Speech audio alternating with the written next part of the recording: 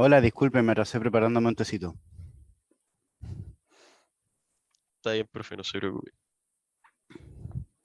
¿Cómo están? Bien, bien, ¿y usted? Bien, gracias. Qué bueno, profe. Bueno, puedo empezar el video.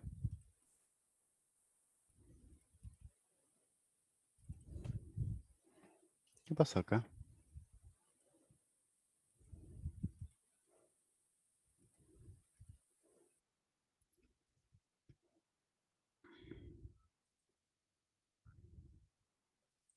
Por algún motivo no me toma la cámara y es raro porque recién en la clase anterior me tomó súper bien.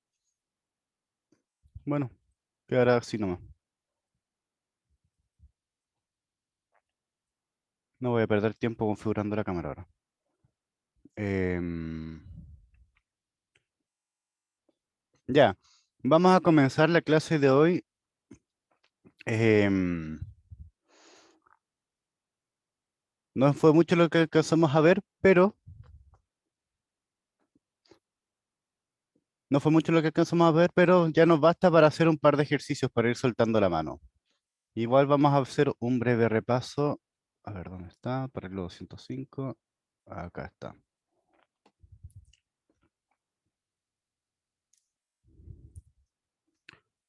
Por cierto,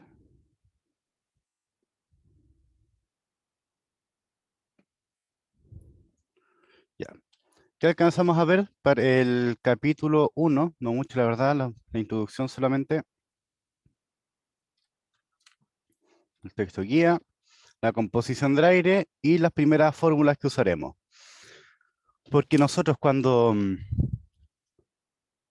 hablemos de gases, ustedes sabrán que el aire ya es una mezcla de gases. Esos gases pueden estar presentes en grandes cantidades como el nitrógeno, el oxígeno o el argón, o en pequeñas cantidades como el CO2, el agua con su composición variable, puede estar presente en partes por millón, o sea, en 0,000 tanto por ciento. Imagínense el monóxido, van a ser 9 partes por millón, o sea, 9 millonésimas del volumen. Si tuvieran un cubo de 1 metro de lado, imagínense cuánto es 1 metro, más o menos de la punta de su brazo hasta quizás hasta su cuello. Imagínense un cubo con esa dimensión de lado, de alto y de profundidad. Si tuviesen ese cubo, 9 ml, o sea, la nada misma, 2 cucharadas aproximadamente, serían monóxido de carbono. Y eso es una concentración alta para el monóxido. Lo ideal es que siempre tenga concentraciones mucho menores.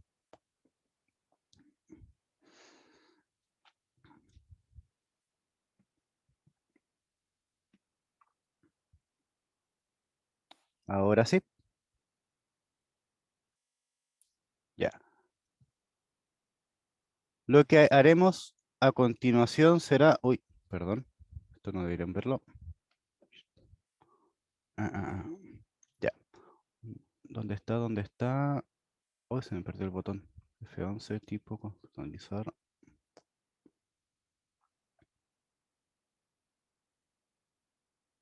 Ah, ahí está.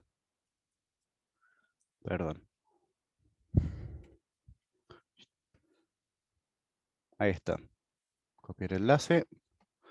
¿Dónde está el chat? No veo el chat. Ahí está.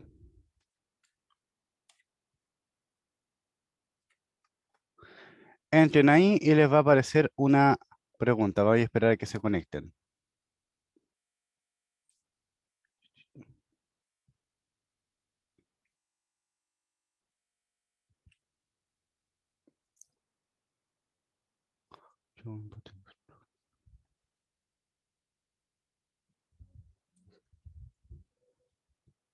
Ya.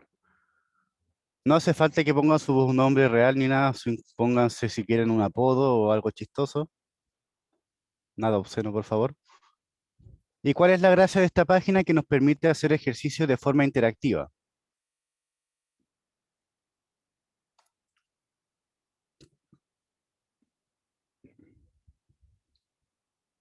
Una persona está expuesta a 40 partes por millón de monóxido de carbono en un día.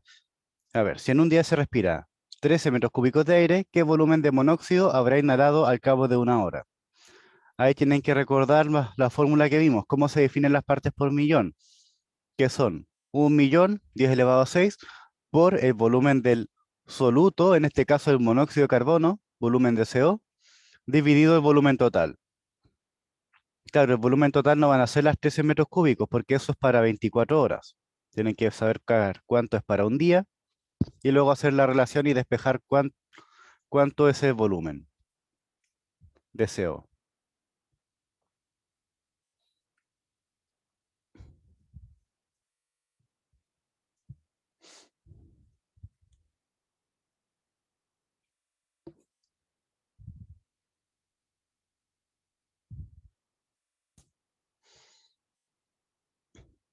Usualmente acá les doy 3 minutos para que lo resuelvan, por cierto. Bueno, usualmente la verdad es que es tercera vez nomás que lo uso. Y tercera vez considerando las clases del paralelo 200 del lunes y de delante.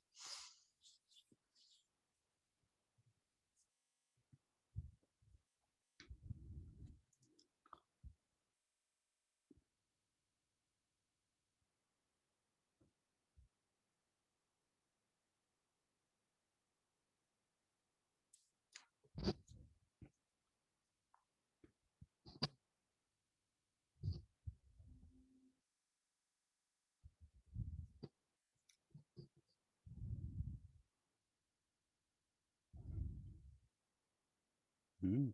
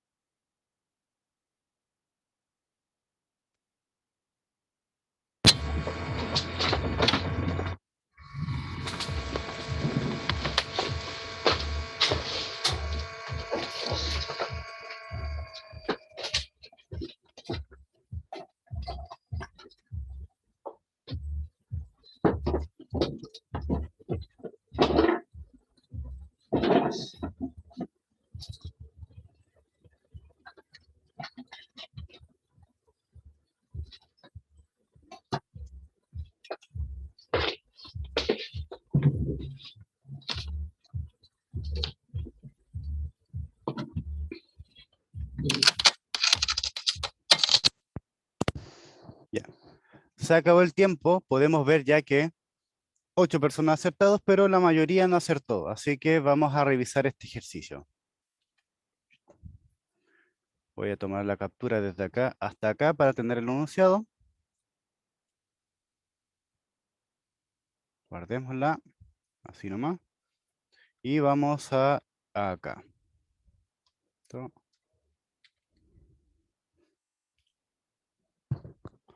¿Cómo les fue? ¿Qué dicen ustedes?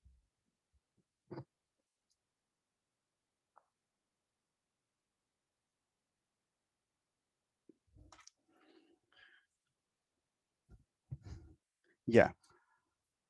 Como les decía, lo primero que hay que hacer es recordar la definición de las partes por millón. Primero pensar, leer el enunciado, pensar qué fórmulas necesito. Ya, partes por millón me relaciona.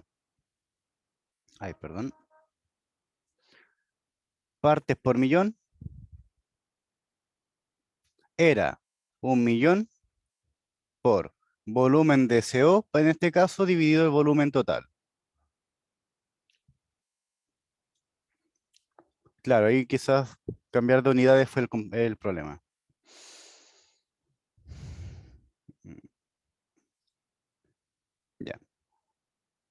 Esta es nuestra incógnita, esto nos lo dan, vale 40, y esto hay que buscarlo. Nos dicen que son 13 metros cúbicos en un día.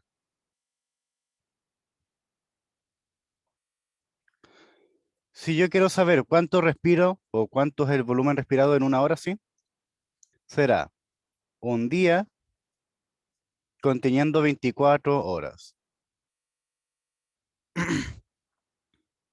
Y eso da, ¿cuánto da eso?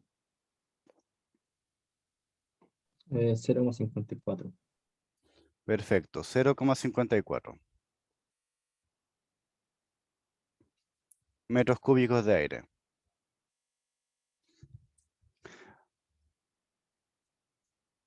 Ya. Tenemos ahora el volumen total, tenemos las partes por millón, podemos despejar el volumen de CO, que será igual a las 40 partes por millón multiplicado por 0,54 metros cúbicos multiplicado por, dividido, perdón, 1.000.000. Y eso les da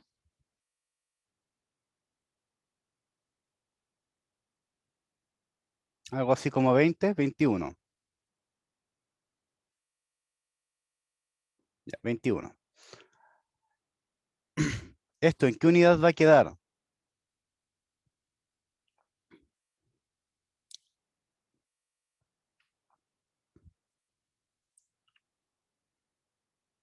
Simplemente va a quedar en metros cúbicos, porque en sí partes por millón podríamos decir que no es una unidad en sí, o sea que no debería ser una unidad, simplemente es una parte por cada millón total.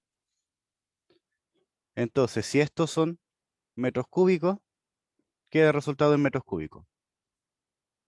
Si acá fuese litros, queda el resultado en litros. Pero,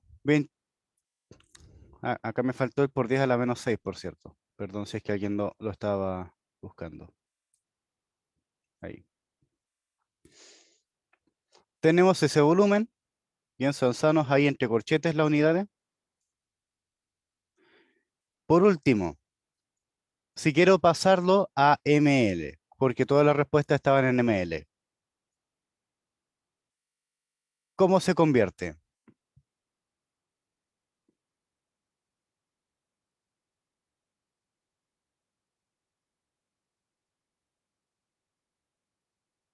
Ya no es una unidad, creo.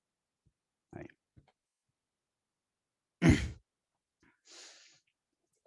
¿Cuántos litros tiene un metro cúbico? ¿Lo saben ustedes? 1000, ¿no? Sí. 1000 litros por metro cúbico. Sabemos que un metro cúbico son 1.000 litros. Claro, la conversión no se las puse, pero quería que ustedes lo pensaran un poco. Y luego, si quiero pasar de litro a ml, ¿cuánto es? 1000. 1.000 también, ¿cierto? Podemos pasar directamente de metro cúbico a ml multiplicando por 1.000.000. Revisen la operación. Claro, de acá para acá son 1.000, de acá para acá son 1.000.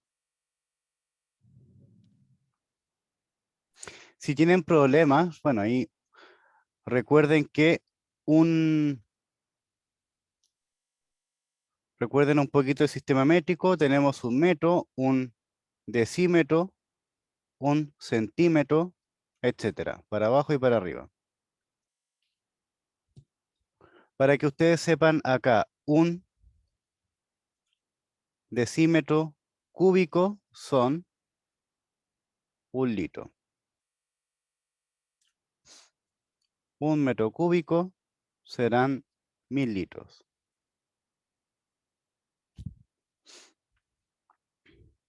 Esta es la igualdad. Un decímetro cúbico, ¿qué era un decímetro?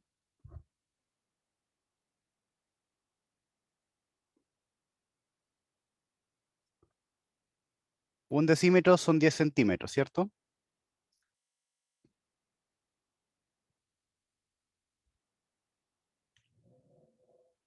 Entonces, sí.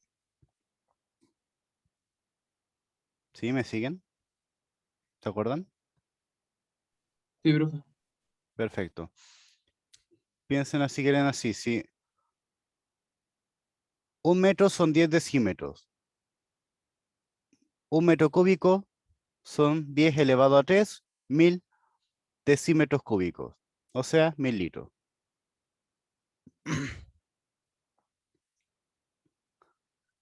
Y ya, pues bueno, pasar de litro a ml yo creo que es trivial para, por lo menos para la mayoría de ustedes. Entonces lo que queda simplemente es convertir. Si tengo 21 metros cúbicos, debo multiplicar por un... Ay, siempre me como ese por 10 a la menos 6. Metro cúbico. Debo multiplicar por 10 elevado a 6 ml contenidos en cada metro cúbico. Factor unitario. Se van los metros cúbicos y nos quedan los ml.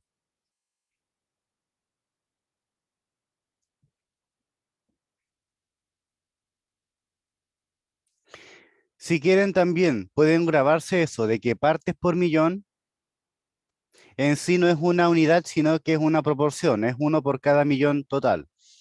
Pero también matemáticamente, si lo expresan en volumen, van a llegar a que es igual a los ml de soluto por cada metro cúbico de solución. Pueden que dejarse esa igualdad guardada por ahí. Si es así, el paso es directo. No hay que multiplicar por ningún factor, nada. Simplemente haber dicho 40 es igual a volumen de CO sobre los, ¿cuánto era? 0,54.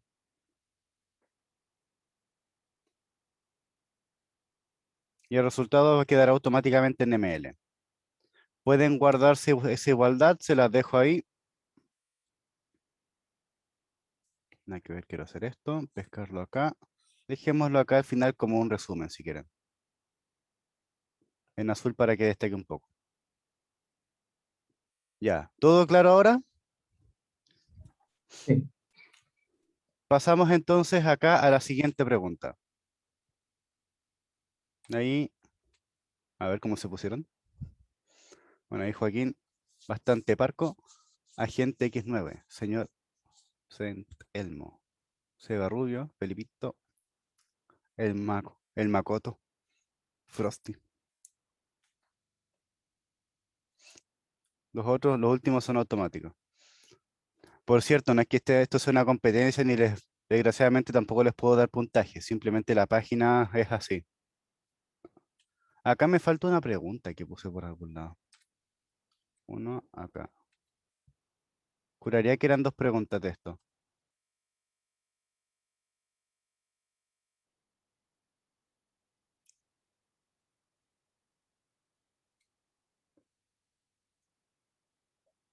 Y a ver, acá.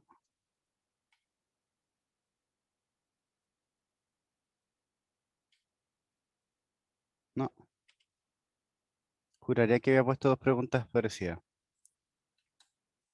Bueno, sigamos nomás. Ya por último, para haber soltado la mano no sirve. Ya, bueno, ya entendiendo más o menos en las unidades en que vamos a hablar cuando hablemos de gases, lo siguiente es describir la atmósfera. Para que ustedes sepan, las concentraciones relativas de los principales componentes del aire, o sea, nitrógeno, oxígeno, argón, quizás CO2 también, son casi constantes a diferentes alturas. Lo que sí va a cambiar con la altura es la densidad del aire, la que disminuye con la altura, y la presión atmosférica, que también disminuye con la altura. Todo esto es consecuencia de la ley de los gases ideales.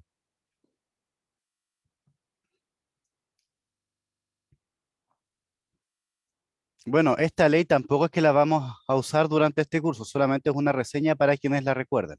Y es que esta ley es bastante práctica, ya que podemos ver, por ejemplo, si queremos describir la densidad de un gas, ustedes sabrán que densidad es igual a masa sobre volumen. La masa más adelante veremos que la podemos calcular como los moles por la masa molar y luego queda dividido en volumen porque es la densidad. Entonces, yo puedo calcular acá, puedo despejar.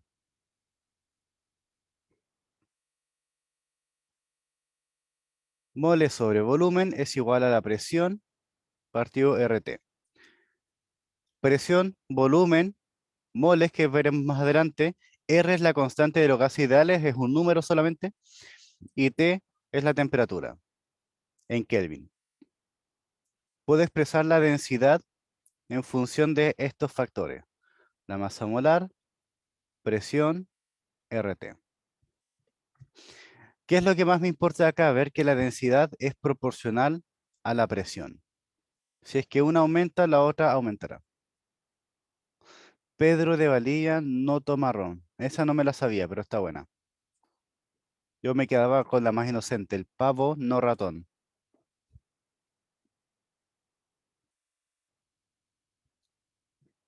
Más criolla me parece ese.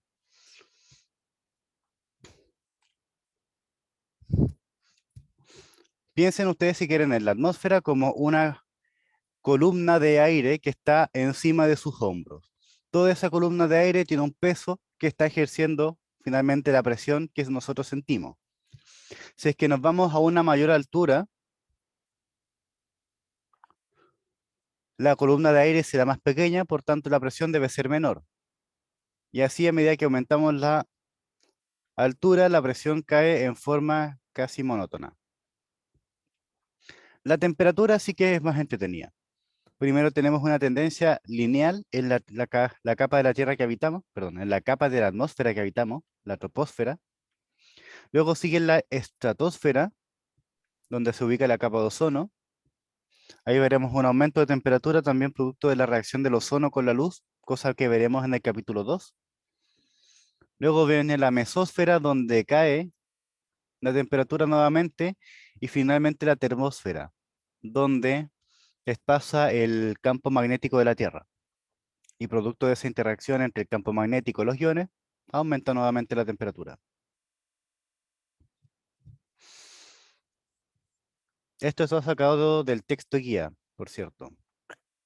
Ahí quedó más bonita esa línea. Un respiro típico involucra, como les decía el ejercicio, 13 metros cúbicos de aire al día. Eso lo podemos sacar sabiendo que respiramos APP 18 veces por cada minuto y medio litro de aire en cada respiro, como un respiro profundo.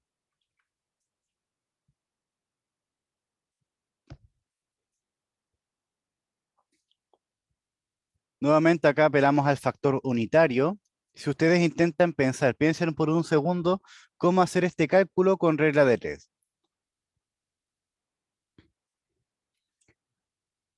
Tengo medio litro por respiro, 18 respiros por minuto, tantos litros por minuto. Luego, tantos litros por minuto, en 60 minutos, son tantos litros por hora. Y luego, tantos litros por hora en 24 horas, etcétera. Y luego, para pasar estos litros a metro cúbico, ¿cuántas van? Como 3 o 4 reglas de 3. El factor unitario tiene la gracia de que también se le llama el trencito porque va todo uno junto a lo otro. Son como los vagones del trencito. Las unidades se van eliminando. Minutos, minutos, horas con horas. Y finalmente los litros se convierten acá a metro cúbico.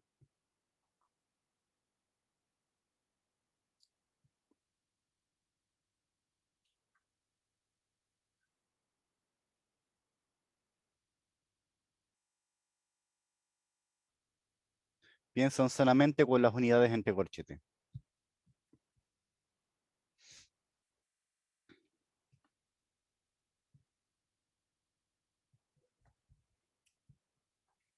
La siguiente información que se nos muestra acá es que de todo este aire que nosotros respiramos, que entra a nuestros pulmones, no todo interactúa con los alvéolos, sino que hay siempre una parte que sí interactúa y otra que no alcanza porque una respiración igual es corta. Solo 350 ml ingresan al alveolo, donde ocurre el traspaso entre el oxígeno que se intercambia por CO2 y sale humedad también. Se puede renovar 1,5 litros adicionales y 1 litro permanecen siempre en el pulmón. Piensen que en la respiración el pulmón actúa como un globo que nunca se vacía por completo. Vaciar por completo un globo significaría estrujarlo hasta el máximo. Nosotros, por suerte, no podemos hacer eso, sino que siempre el globo tiene un volumen inflado y un volumen medio ahí cuando bota el aire. Nunca queda perfectamente vacío el pulmón. Como producto de esto también tenemos que la composición del aire cambia, producto de la respiración. Obviamente, ¿qué sabemos de la respiración? Consume oxígeno, pasa a 16, de 21% baja a 16%, y la cantidad de CO2 aumenta. La humedad también aumenta en el aire. Pero ¿qué pasa con los otros gases como el nitrógeno y el argón? ¿Por qué creen ustedes que el porcentaje de nitrógeno disminuye?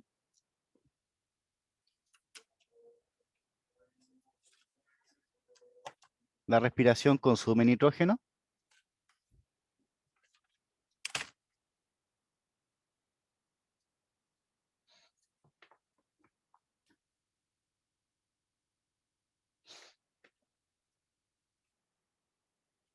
¿El tamaño de las partículas? No, la respiración no consume em, nitrógeno.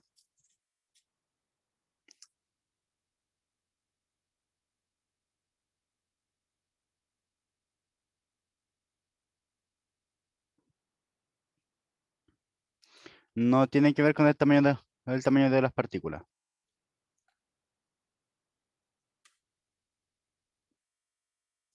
El cuerpo no los usa.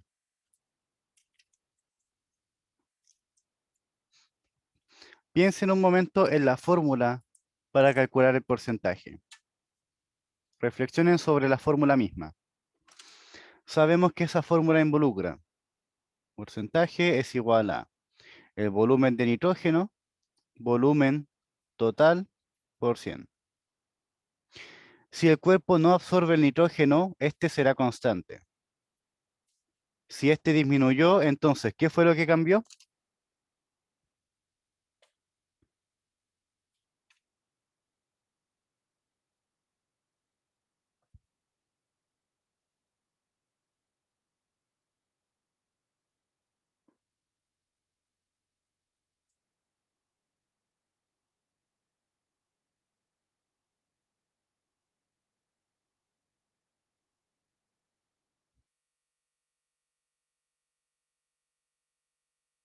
El volumen total, ¿cierto? En otras palabras, nosotros exhalamos más aire que del que inhalamos. No es mucha la diferencia. Ustedes podrían incluso calcularlo.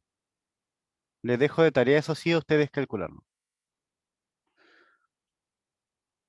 Teniendo como constante el volumen de nitrógeno. Van a tener el porcentaje 1, porcentaje 2. Volumen total 1, volumen total 2. Y acá recuerden que es APP medio litro de aire inhalado. Volumen total 1, aproximadamente 0,5 litros. Intenten ustedes estimarlo. La diferencia no es muy grande, es lo suficientemente grande solamente para, por cierto, esto quedó así, ahí. Ahí se arregló la cámara. No tengo idea cómo, pero se arregló.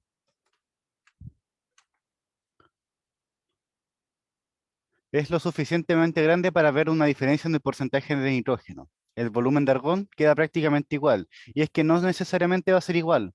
A lo mejor acá es 0,9 y acá es 0,87, por decir algo.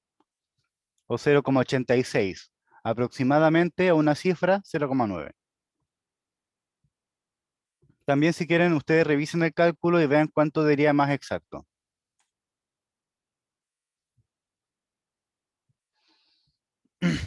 La siguiente parte del curso consta de hablar sobre contaminantes, como por ejemplo el monóxido de carbono, el ozono, el óxido de azufre o los óxidos de nitrógeno.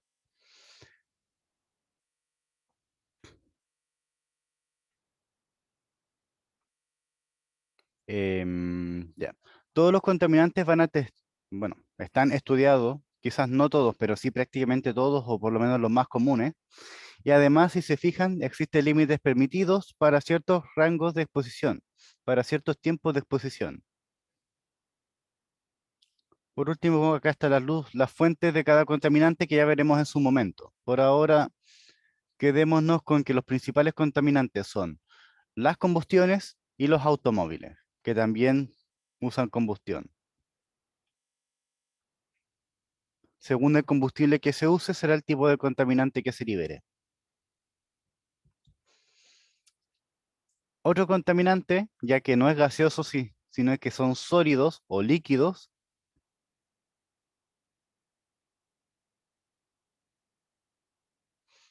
son las partículas en suspensión. Le llamamos partícula en suspensión a cualquier partícula sólida o líquida con diámetro menor o igual a 50 micrómetros. Diámetro menor o igual a 50. Le puse un mayor igual.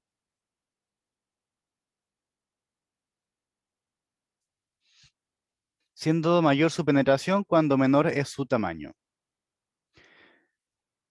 Antiguamente se regulaban las partículas totales en suspensión, pero actualmente sabemos que estas no son dañinas, sino que nos van a importar un subconjunto, podríamos decir, las PM10, que van a ser aquellas cuyo diámetro sea menor o igual a los 10 micrómetros. Esto es un subconjunto de las anteriores, si lo piensan. Menor o igual a 50 es grande. Luego está menor o igual a 10 y por último están las menor o igual a 2,5. El material particulado, el PM 2,5 o MP 2,5 según si está en inglés o en español. Donde estas últimas no solo llegan a los pulmones, sino que tapan los alveolos. Y una vez que los tapan, no vuelven a salir. ¿Les suena a ustedes lo que es la enfermedad de la silicosis?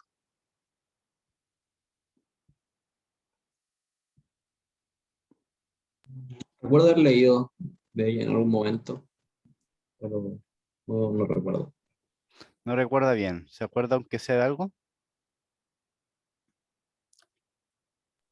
Podría estar confundiéndome, pero no era como que los alveolos se endurecían o los Sí, pulmones se endurecían. los pulmones se endurecen, pero no solamente se endurecen, sino que eso también es una consecuencia. Uy, me pegué. Ahí. No, estoy pegado. Ahí sí.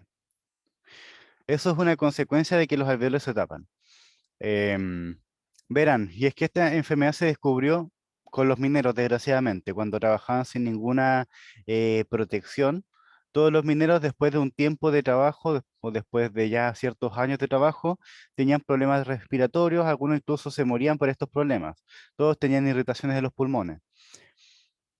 Y claro, con el tiempo ya se iban muriendo, empezaron las autopsias y descubrieron que los pulmones estaban terriblemente dañados y que los alveolos estaban tapados con ciertas partículas que eran finalmente de silicio, de óxido de silicio, que es el mineral más abundante en la corteza terrestre.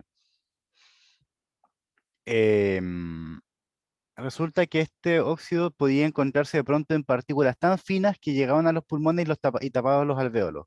Y de ahí todos los problemas respiratorios. De ahí quedó el nombre de silicosis, aunque hoy en día se sabe que el asbesto, por ejemplo, también puede causarlo. Creo que ahí se le llamaron luego asbestosis, pero es lo mismo. Y bueno, si es que alguna vez ven ustedes que, por ejemplo, están limpiando una chimenea cerca y se empieza a liberar hollín, aunque sea pónganse una mascarilla, ya que todos tenemos hoy en día en nuestras casas. El problema de la silicosis y del material particular en general, no solamente que se tape el alveolo, de pronto puede ser PM10, por ejemplo, que llega a los pulmones pero que no tapa el alveolo, pero sí puede adherirse sustancias que pueden ser tóxicas, como por ejemplo el plomo, sulfatos, hidrocarburos aromáticos polinucleares, eso particularmente cuando estamos, por ejemplo, en una fogata y vemos que sale una bola de humo. Ese humo va a llevar otros restos de la combustión, restos de madera, por ejemplo, sin quemarse completamente. Y eso puede ser cualquier tipo de hidrocarburo. Por último, el hollín también que les decía. Ese resto que queda como de carbono sin quemar, también son partículas muy pequeñas que pueden causar sus estragos. ¿Para qué hablar también de la ceniza? Si alguna vez ven una nube de ceniza, lo primero que hagan es taparse la nariz y la boca. Esos caen dentro de otras categorías, pero por lo menos a lo que viene al caso, también podrían ser arrastrados por material particulado. Eso luego lo llamaremos los compuestos orgánicos volátiles. Y no solamente pensemos en la bencinera, siempre que vean, por ejemplo, un vehículo antiguo, cuando del tubo de escape sale una nube negra, o sientan ese olor a aceite quemado, ese olor significa que hay compuestos orgánicos dando vuelta, volatilizados. Lo mismo también con el famoso olor a incendio, o el olor a madera quemada. Si sienten ese olor es porque hay compuestos orgánicos que no se quemaron y que quedan ahí en el ambiente. Por cierto, ahí. Ya.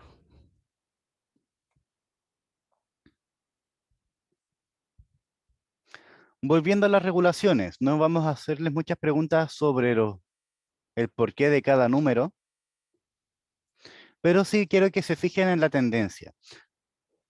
Muchos de estos contaminantes están regulados para distintas etapas, para distintos periodos de exposición. Por ejemplo, el monóxido, cuando es 1 hora de exposición, se aguantan hasta 300 miligramos por metro cúbico, o para 8 horas pueden ser 10. La fracción respirable, el MP10, material particulado de 10 micrómetros de diámetro. Para un día de exposición son 150 microgramos por metro cúbico. Para un año de exposición son 50. Fíjense siempre que la exposición en un periodo corto es mayor el límite permitido. De nuevo, que el límite permitido para un periodo corto de exposición siempre es mayor que para un periodo largo. ¿Por qué? Les dejo la pregunta a ustedes. ¿Por qué? En el largo se saca un promedio. Mm, en parte sí es cierto, pues, y hay días que pueden estar más expuestos que otros, pero no va tanto por ahí. Eso es como cómo se obtiene ese valor o a qué se refiere ese valor, pero no es la explicación de por qué es menor. ¿Qué se acumula, profe? Porque se acumula, justamente, y para que no se acumule, tenemos que darle el tiempo al cuerpo también para eliminar ese contaminante. Si estamos en un periodo corto de exposición, podemos tolerar una cantidad mayor porque suponemos que luego, 1 hora de exposición, por lo menos 23 horas para recuperarnos. Si estamos constantemente expuestos durante un año entero, no podemos tolerar lo mismo que en un periodo corto. Tiene que ser una cantidad menor. Piensen si quieren ustedes, por 1 hora y 8 horas para una jornada laboral. Depende de la industria en que trabajen luego, la exposición al contaminante que van a tener. 8 horas, de hecho, es la jornada laboral. Un día o un año se refiere más al lugar donde uno habita, a la ciudad, a la comuna. Si es que vivo al lado de una refinadora, por ejemplo, estoy en una exposición permanente, pero si solamente voy allá a trabajar y luego me voy varios kilómetros de distancia, me voy a centrar en los otros dos.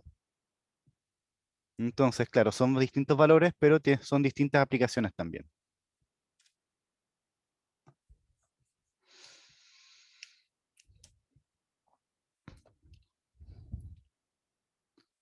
Ahora, vamos a estudiar cada compuesto de A1. El monóxido de carbono va a tener su fuente si se fijan en vehículos principalmente, ya sean catalíticos o no catalíticos. Las industrias, por su parte, que pensamos siempre que son los grandes contaminantes del mundo, también son más fáciles de regular, porque es la industria, tiene la chimenea, tiene unas grandes emisiones diarias, por lo tanto es fácil ir monitoreando, pero los vehículos son millones o miles de millones en el mundo. No es fácil controlarlos a todos, hay algunos que ni siquiera hacen la revisión técnica. Más aún los no catalíticos hoy en día ya no deberían existir. Este dato es antiguo, es de 2000. Hoy en día me gustaría conocer el dato actual, pero la verdad es que lo estuve buscando y no lo encontré.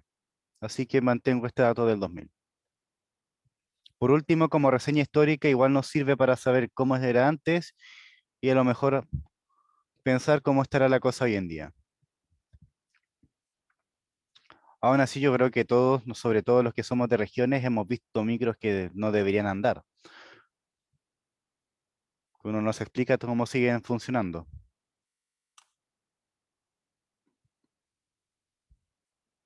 De hecho, una vez me pasó que me subí a una micro que, no sé si usted, bueno, todos deben haberse fijado que tienen siempre los tubos de escape hacia arriba, ¿cierto? Por afuera de la micro va hacia arriba y luego sale la salida para allá.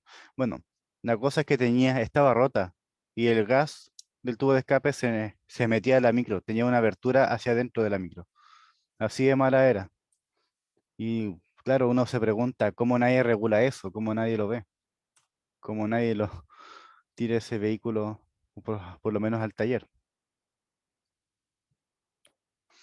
Falta regulación en algunas cosas. Bueno, efectos del monóxido de carbono.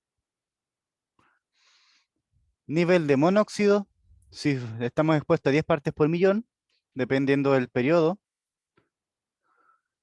vamos a estar, podemos llegar a tener somnolencia, disminución de la audición. Si llegamos a las 30 partes por millón, alteraciones de juicio de la percepción visual. Si estamos expuestos a 100 partes por millón, empieza la cefalea, o sea, el dolor de cabeza intenso. 250 partes por millón, nos llevan a la muerte después de algunas horas de exposición. Y las 1000 partes por millón son la muerte súbita en cuestión de minutos. Esto es algo que la verdad es que a mí me tocó bastante de cerca, no a nivel así, no me pasó a mí, pero sí le pasó a mi hermana. Ella está bien por suerte hoy en día. Que ella un día se le ocurrió irse a trabajar. Bueno, estábamos todos ahí en la casa de mis padres de visita. Ella llega allá y se va a la casa de un tío que eh, sí podría ser dulce, en cierta forma. Ya vamos a hablar de eso en la siguiente lámina. Em, Ella se va a trabajar a la casa de un tío que es vecino y se queda ahí encerrada en una habitación con la estufa parafina durante todo el día, por lo menos 10 horas trabajando ahí. Claro, ella sentía sueño, sentía cansancio, el dolor de cabeza, claro, estaba junto a la pantalla todo el día ahí trabajando, entonces ya todos esos síntomas le parecieron normales porque propio de estar cansado. Pero ¿qué pasó? Que de pronto ella volvió con nosotros al departamento, se empieza a sentir mal y de pronto se desmaya. Y claro, ahí empezamos a juntar todo, a atar todos los cabos sueltos, de que estuvo con la estufa parafina, tantas horas de trabajando, tenía todo absolutamente cerrado para no pasar, para no enfriarse la habitación. Obviamente tuvimos que llevarla a urgencias, de hecho pasó a reanimación y tuvieron que ponerle oxígeno. Llegó a tal punto que nos dijeron que llegó en el momento justo. Llegamos unos minutos después y no la cuenta. Así que estuvo en este rango, quizás, claro, por este rango anduvo mi hermana. Fue una de esas experiencias que no se cuentan dos veces.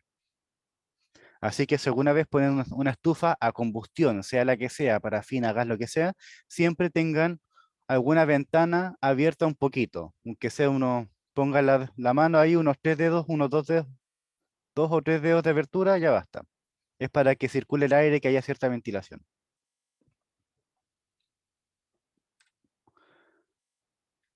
Como decía su compañero, por cierto, tampoco quedó con ninguna secuela y justamente vamos a hablar de eso ahora. ¿Por qué el monóxido es tan tóxico? Porque el monóxido de carbono desplaza el oxígeno en el complejo de hemoglobina. Esta es la hemoglobina, ese átomo del medio es un átomo de hierro que tiene la gracia de que es capaz de coordinarse con el oxígeno. De forma un enlace ahí con el oxígeno.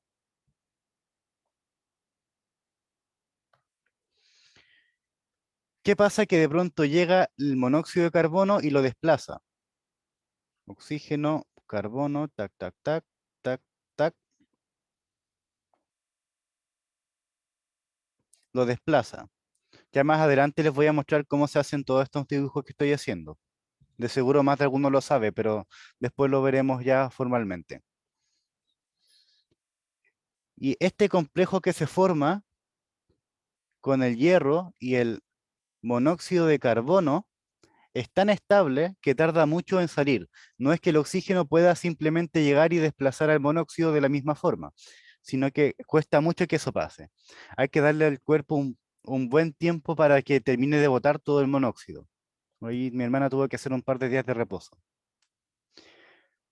Esto simplemente se trata del monóxido que llega a la sangre, desplaza el oxígeno y luego de un tiempo más largo se va eliminando naturalmente.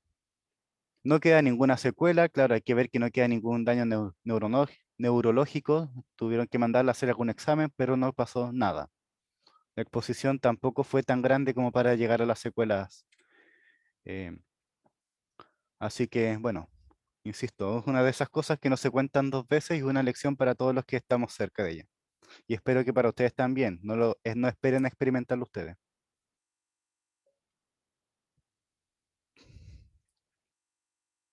¿Cómo vamos con el tiempo? Nos quedan 20 minutos.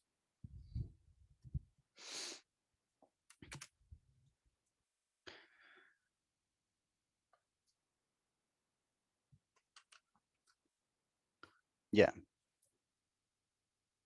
Otro contaminante que resulta de interés es el dióxido de azufre. Y acá sí que van a prevalecer las industrias y en particular los vehículos no catalíticos.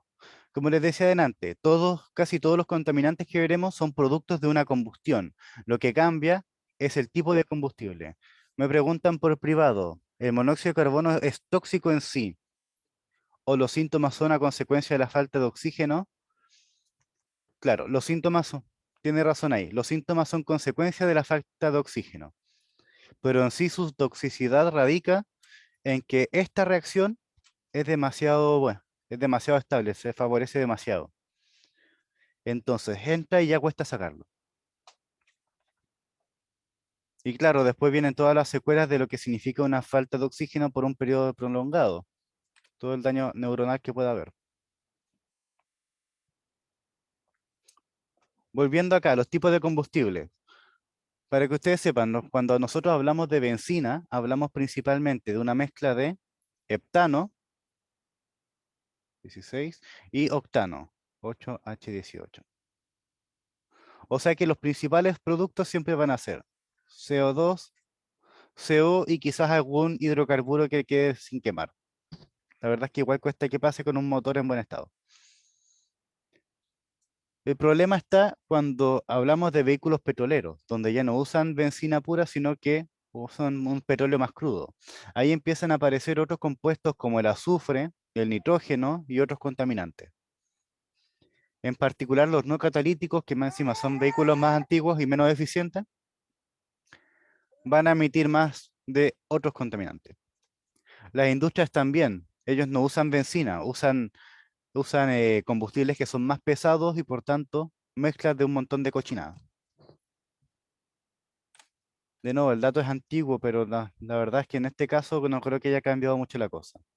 Quizás estos han disminuido un poco con el tiempo, pero estos deben permanecer casi iguales. Bueno, uno disminuye y el otro va a aumentar.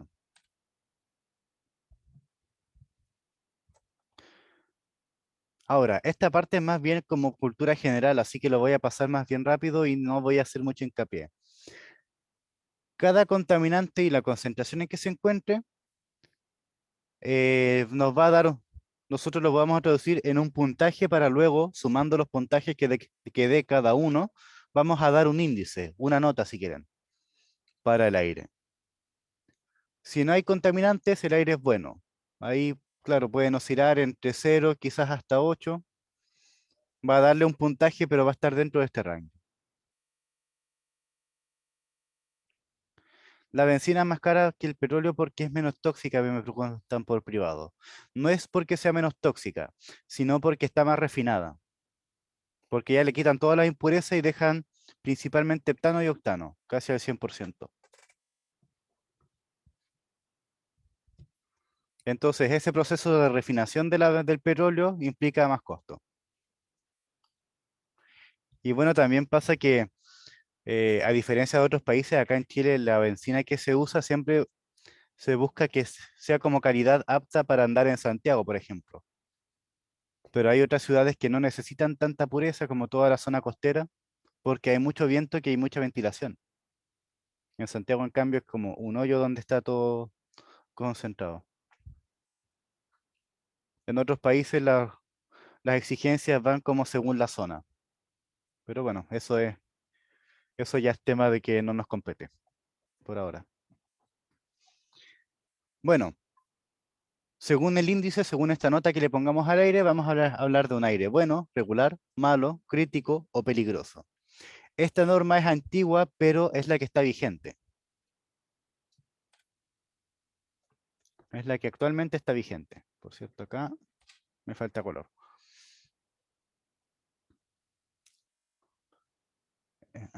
Ya.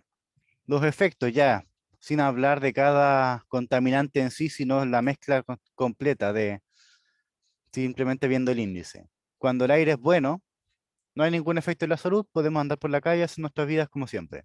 Si el aire es regular, ya las personas susceptibles, las que tengan problemas previos o los grupos de riesgo, son los que van a sentir la irritación. Si el aire es malo, ya empieza la baja tolerancia al ejercicio. Si el aire es crítico, aparecen prematuramente las enfermedades. Y si el aire es peligroso, ya puede aparecer la muerte en personas enfermas o ancianas. Las famosas enfermedades preexistentes acá es donde toman importancia.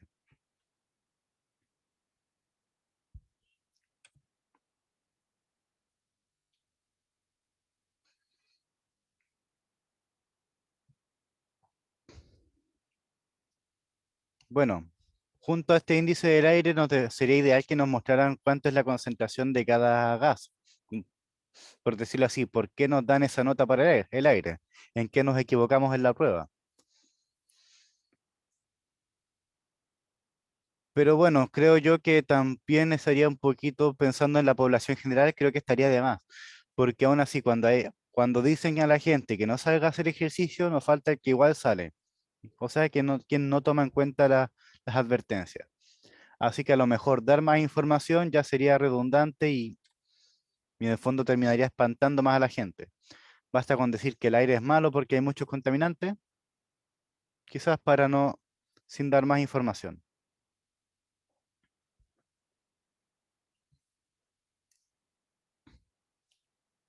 Bueno, acá según el índice del aire o según la concentración de cada contaminante finalmente, nos van a hablar de una alerta, una preemergencia o una emergencia ambiental. Como les decía, esto no es algo que nosotros vayamos a profundizar mucho en el curso, así que no lo quiero hacer mucho hincapié. Simplemente mostrar, cuando hablamos de una alerta, una preemergencia o una emergencia, estos son los rangos de contaminante que puede haber. Nunca nos van a decir qué es lo que hay, pero podemos hacernos a la idea de que puede haber monóxido, por ejemplo, en este rango de 15 a 30 prácticamente.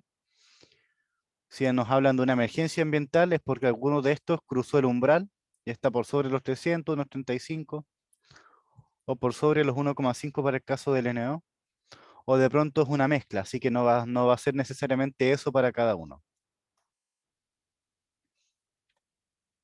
Pero solamente para entender cómo funciona, así se hace.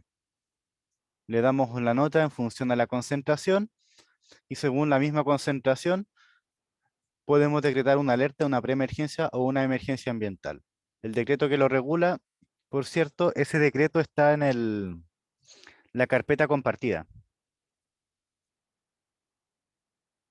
Ahí más tarde voy a parar la clase unos 5 minutos antes de terminar para mostrarles todo eso.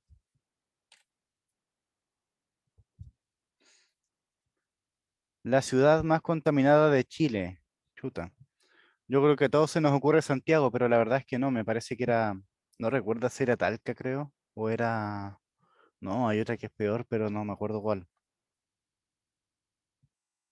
Coyhaique, creo. Sí, me suena también. O Temuco. No, no era Talca, era Temuco, creo. O Coyhaique, una de las dos. Era algo con T, por eso me acuerdo. Bueno, lo de Quinteros es algo em, sí, también es bastante contaminado, ¿para qué decir que no? Pero lo que ocurrió en Quinteros fue como un hecho fortuito donde se liberó más contaminación, mucha más contaminación de lo habitual, pero habitualmente no es la peor de Chile. Fue como para ese caso particular que se emitió más de la cuenta y bueno, pasó todo lo que pasó. Pero también podemos decir que quizás sea por el tipo de contaminantes que en la zona de Quintero y Puchuncaví los índices de cáncer o de enfermedades respiratorias siempre son más altos. Quizás sea por el tipo de contaminante más que por la concentración.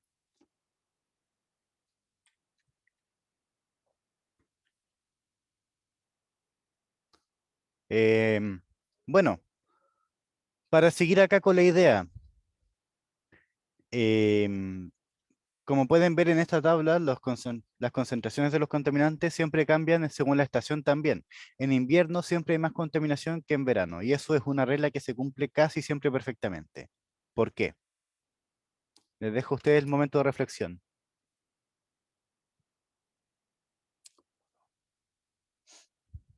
Calefacción. La calefacción, justamente. Y bueno, también hay otro factor que es el frío, que siempre hace que el aire se estanque más, que se mueva menos. En verano, cuando hay más calor, las brisas son más fuertes, hay más circulación de aire. Eh, pero claro, es justamente la calefacción, la cantidad de energía que estamos usando o la cantidad de combustible que quemamos. ¿Para qué hablar de la estufa a leña si de pronto duele la cabeza con el solo hecho de estar de cerca de una estufa a leña? Sobre todo si es leña húmeda.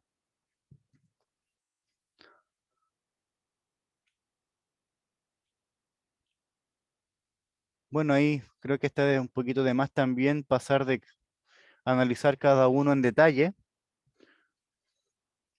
PTS, piensen en la estufa, en las chimeneas a leña o la salamandra. Material particulado es un subconjunto del anterior. De hecho, el primero creo que ya podría sacarlo.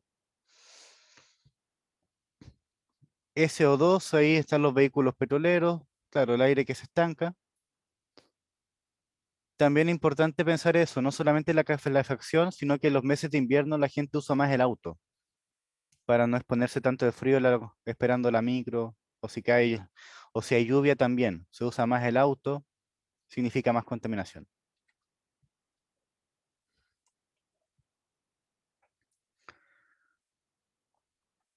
Nuevamente, estos son los contaminantes emitidos según fuente en un día, en un periodo de un día. Acá hay algunos contaminantes que sí se mantienen hasta la fecha de hoy, casi todos, solamente el plomo, ya habría que eliminarlo, pero no lo he hecho y de hecho está acá también como una reseña histórica. No sé si ustedes saben que antes se echaba plomo a la benzina para suavizar la combustión, como decían antiguamente. ¿Les suena eso?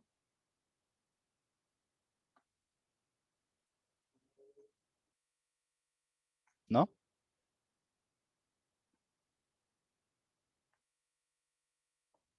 Bueno,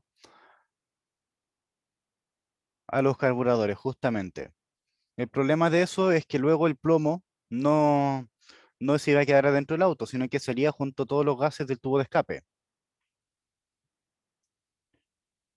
Denme un segundito que me pasó algo importante. Ya.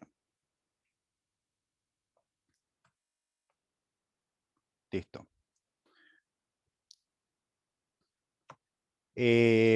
Bueno, eliminar el plomo del combustible significó demandas, dinero de por medio, porque claro, era un aditivo económico que servía para la industria automotriz, entonces no querían eliminarlo. Pero bueno, también toda esa plata significa también harto desprestigio que se intentó hacer contra los científicos que lo descubrieron. Claro, de hecho ya en casi ninguna parte del mundo se usa la benzina con plomo. Bueno, le decía, por suerte al final primó la razón y se terminó eliminando el plomo de casi todo el mundo, el plomo en la benzina. Y es curioso porque siempre la historia pareciera ser cíclica, porque esto mismo se repite siempre. Por ejemplo, los autos eléctricos. El motor eléctrico me parece que se descubrió antes que el motor a combustión.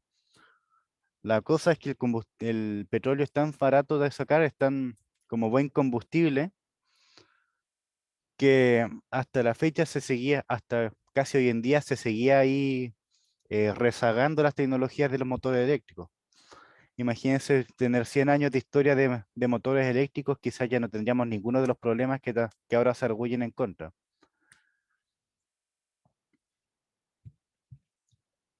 También cuando hablamos de cambio climático, siempre hay gente que sale negando que todo esto es un invento de los chinos, que esto es para perjudicar la industria, que esto es falso.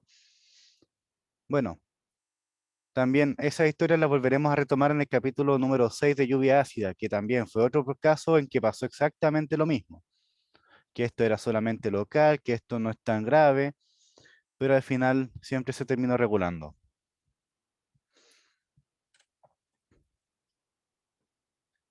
¿Qué podemos destacar acá?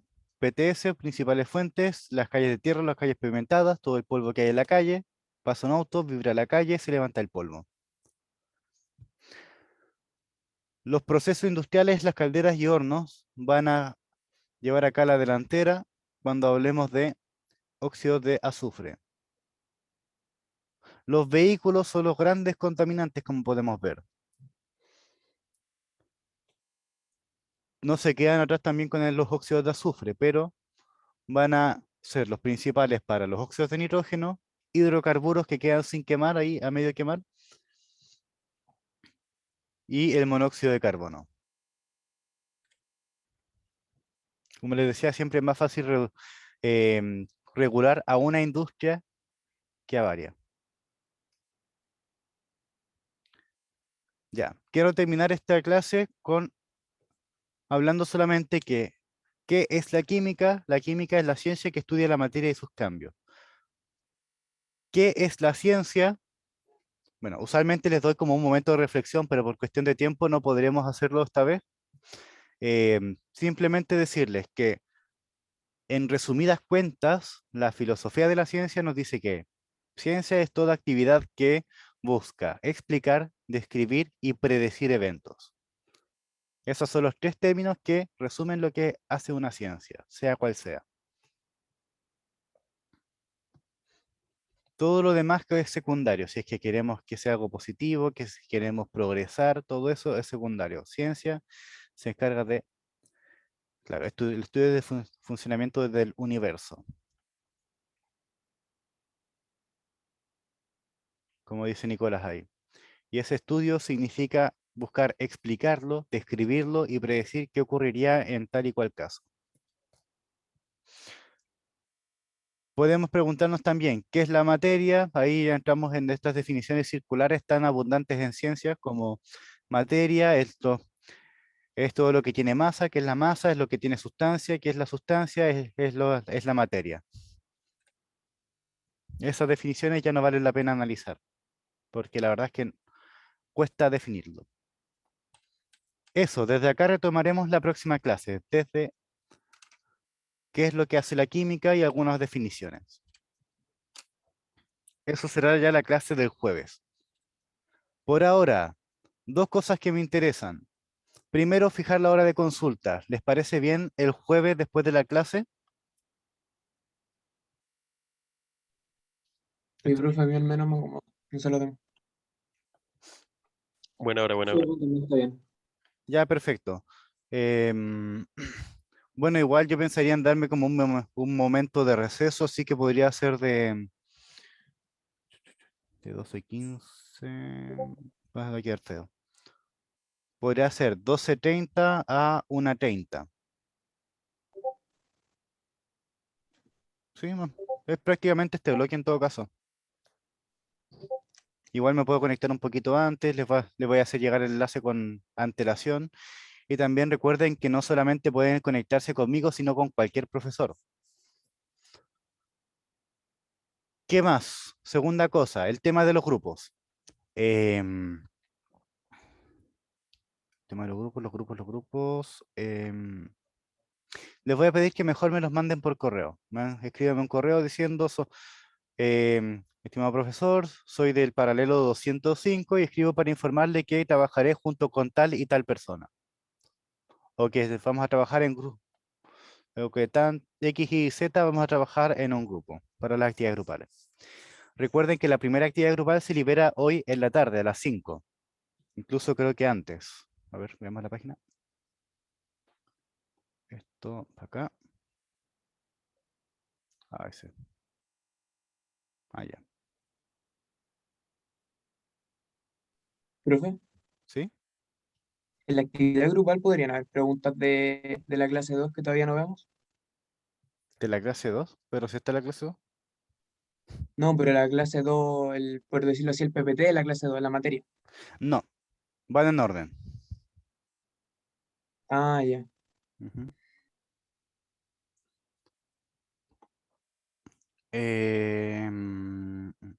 Claro, acá ya parece que ya se liberaron. Ustedes van a ver esta, actividad grupal número 1. Tienen plazo hasta el viernes 10 de septiembre. Mándenme por correo solamente, yo voy a ordenar el Excel, que la verdad es que ayer no tuve tiempo para hacer lo que les había dicho. Mi correo, lo escribo.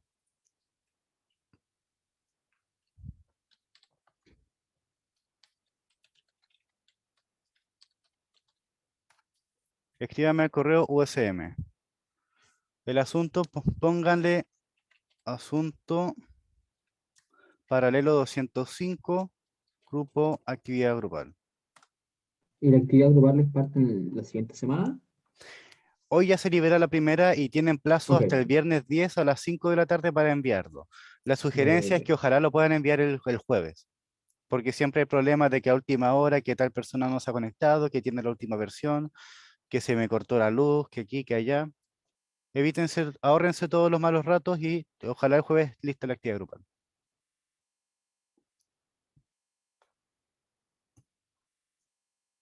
Eso pues, estimado, ya estamos en la hora y yo debo retirarme.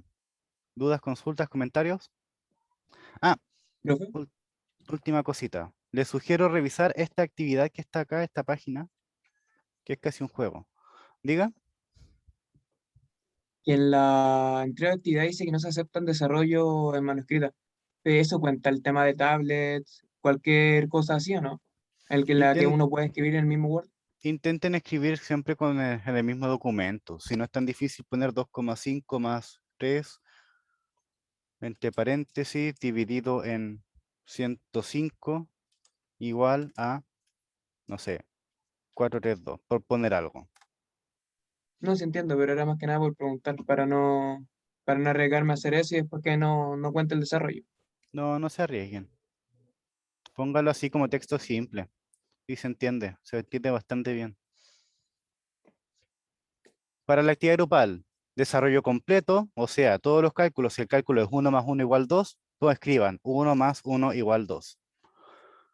Las unidades también, en todos los cálculos. Si el resultado está en litros, si no le ponen unidad, se penaliza puntaje. Eso pues. Ya, ahora sí que me tengo que ir. Y estoy atrasado con otra actividad que tengo que hacer. Nos vemos. Cualquier duda, no duden en escribirme. Profe, ¿dónde está el material que había dicho en la clase que 5 minutos antes iba a explicar? O sea, que Ah, iba a... perdón. Los 5 minutos me los tomé para otra cosa. Ya, acá.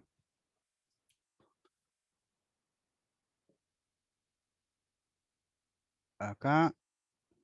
Voy a dirigirme al enlace tal cual ustedes lo van a poder ver. O ustedes ya lo pueden ver, de hecho. Prediagnóstico, convalidación. Bienvenida, acá está. Para empezar, la lista y la carpeta. La clase de ayer ya la subí el mismo día. De pronto me puedo atrasar, pero siempre los voy a subir en la misma semana. Segunda cosa, acá. Ya está disponible lo que hicimos la clase del lunes, el mismo PDF que les voy mostrando, rayándolo, lo guardo, los porto a PDF y lo subo. Y la gracia del capítulo 1 del texto sin editar es que están todos los hipervínculos puestos. Por eso subo los dos. Acá ya aprieto y no pasa nada. Es solamente texto simple. Eso.